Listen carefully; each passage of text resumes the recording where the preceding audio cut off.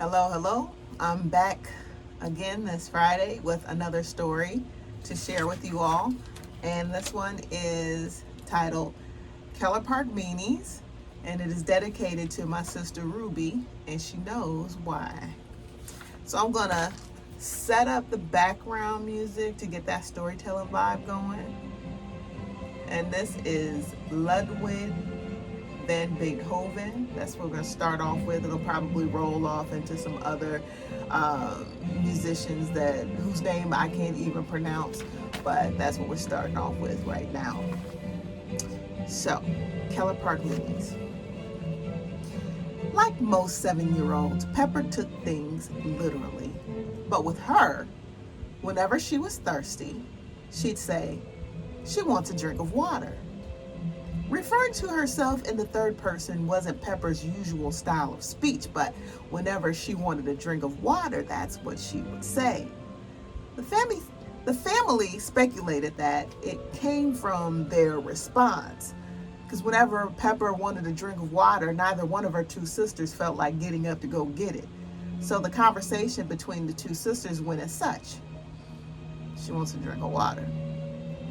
Pepper took that as a type of correction because it wasn't uncommon for her sisters to correct her grammar, and it came to pass that whenever Pepper asked for a drink of water, she would say it in the way she thought was correct, in the third person.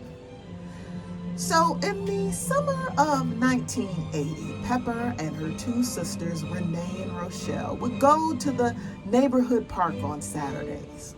The city of South Bend would employ public park counselors to organize sports, games, and arts and crafts for the neighborhood kids, including overseeing the free park lunches.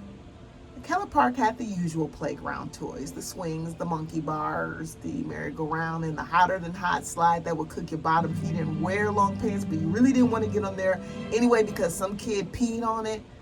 Yeah. Keller Park also had the tennis courts and the big field to play soccer, baseball, or whatever.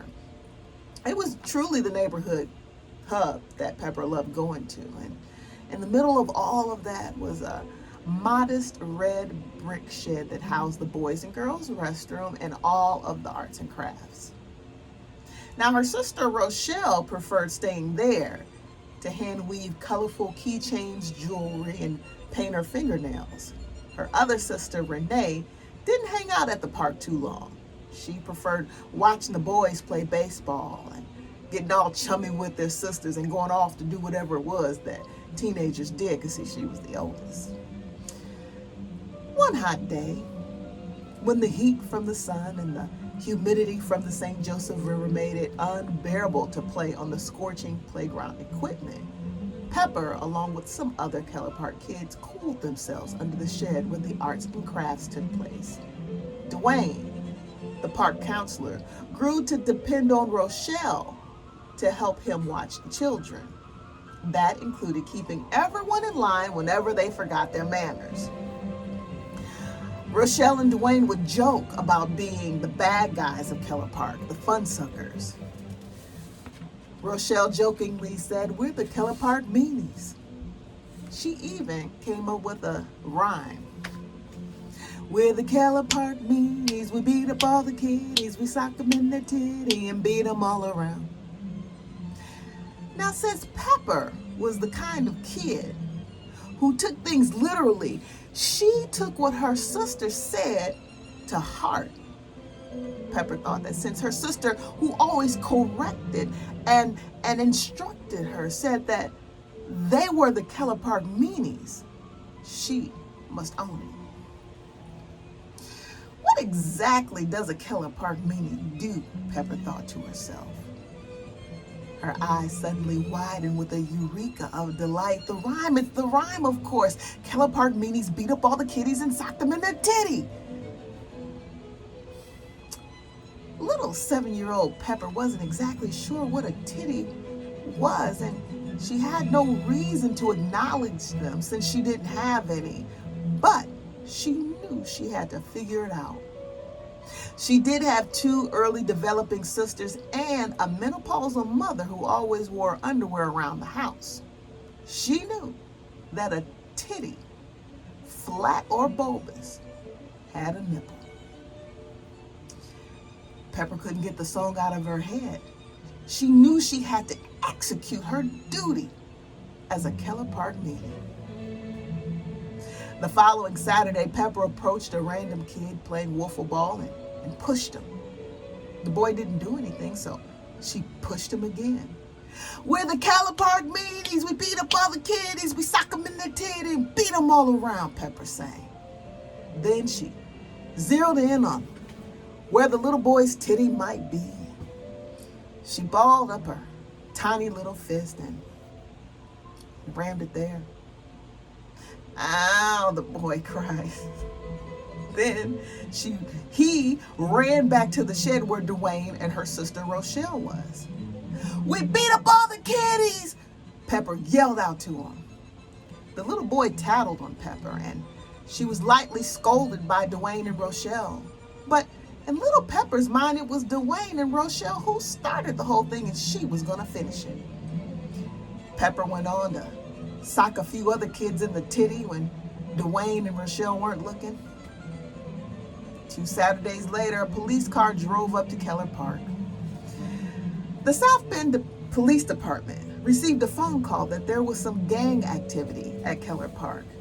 And as the park counselor in charge, Dwayne was forced to take disciplinary action and ban little 7-year-old Pepper, the alleged ringleader of the one-person gang, from Keller Park for 2 weeks. Pepper felt betrayed. Not only was she banned from going to her favorite summer hangout, she was thrown under the bus by the people who started the gang. To add insult to injury, one of them was her own sister, her own blood, who sided with Dwayne, the true leader of the Keller Park Meanies. Pepper learned 2 valuable lessons that day. 1, not to take everything literally. And 2, not everyone is who they say they are. The end. Well, ladies and gentlemen, if you haven't figured it out by now, that little girl Pepper, that was me. At 7 years old, I had somehow formed a one-person gang and got banned from the park for doing it. Yeah. So that's what happened, and got thrown under the bus by my own sister, who I think started the gang. I think she started the gang. She's the one that came up with the song and everything. So, I mean, look, it's water under the bridge now, but I'm just telling you that's what happened. That's the story. And, that was also around the time that I was eating that coon. So, I don't know, maybe eating that gamey meat had me tripping. I don't know, but look.